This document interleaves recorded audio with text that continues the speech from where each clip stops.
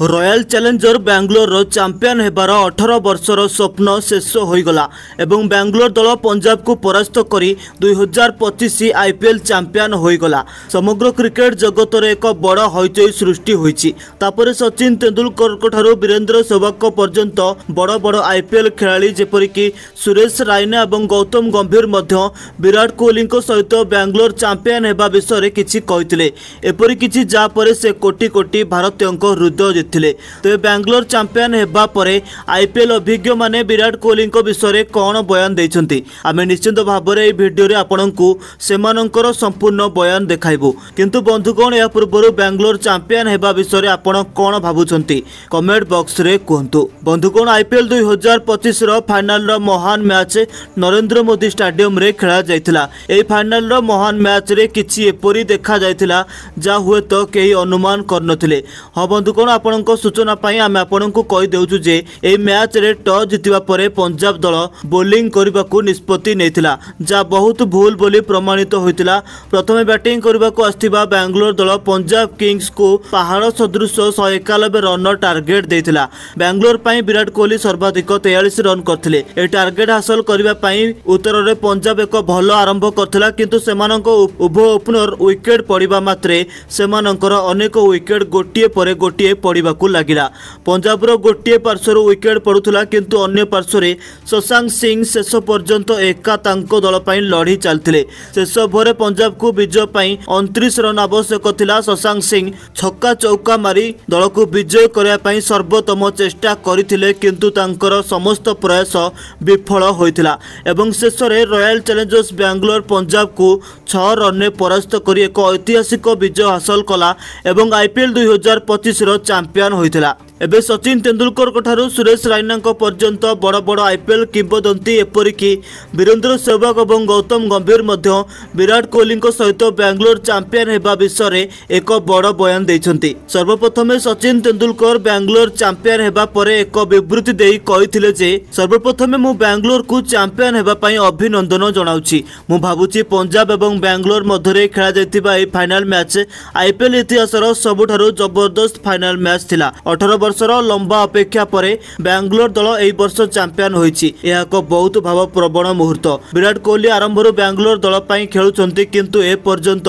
RCB गोटे भी IPL trophy जीति पार नाही किंतु बे विराट कोहली को स्वप्न पूर्ण होईछि एवं मु एहा मध्य चाहूतिली जे बैंगलोर दल विराट कोहली को खेल सहित चैंपियन होंतु। जे भली भाबरे विराट कोहली प्रत्येक सीजन रे बैंगलोर पई बहुत रन करथुले मु भाबुछि से ट्रॉफी रो योग्य थिले। रॉयल चैलेंजर्स बैंगलोर चैंपियन हेबा परे वीरेंद्र सहवाग विराट कोहली को प्रबल प्रशंसा करिसंती एवं एक विवृत्ति देबा समय से कहिसंती जे बैंगलोर एवं पंजाब मध्य फाइनल मैच देखि मु बहुत उपभोग करिछि। बैंगलोर समस्त खिलाड़ी चमत्कार प्रदर्शन करिसंती जहा जोकु आरसीबी एबे चैंपियन होईछि। तमे समस्त देखिथिबो जे बैंगलोर चैंपियन हेबा परे विराट कोहली पड़िया रे कांदिबा आरंभ करिथिले एवं कोनोसी स्थान रे तांको कांद कहउथिला जे विराट बहुत खुशी। विराट कोहली एवं तांको प्रशंसक माने वर्ष वर्ष धरी बैंगलोर दल ट्रॉफी जीतिबा पई अपेक्षा करथिले किंतु ए पर्यंत तांकर स्वप्न पूर्ण होई नथिला एवं एबे दीर्घ अपेक्षा परे आज आरसीबी दल विराट कोहली नेतृत्व में खेलुथिबा पंजाब को परास्त करी चैंपियन होईछि। विराट कोहली संघर्ष एवं तांको उत्कृष्ट बैटिंग जोगु एहा घटिछि। से समय बैंगलोर चैंपियन हेबा परे गौतम गंभीर विराट कोहली विषय एक बड़ बयान दे से कहिथिले जे सर्वप्रथम मु समग्र बैंगलोर दल एवं विराट कोहली को चैंपियन हेबा पई अभिनंदन जणाउछि। मु आरंभ अनुभव करथुली जे एथर आरसीबी दल निश्चित भाव में चैंपियन हेबो। प्रत्येक सीजन में विराट कोहली तांको दल को चैंपियन करबा पई जे भली चेष्टा करुथिले मु भाबुछि से चैंपियन हेबार योग्य थिले एवं आज 18 वर्षर एई मरुडी शेष होईछि।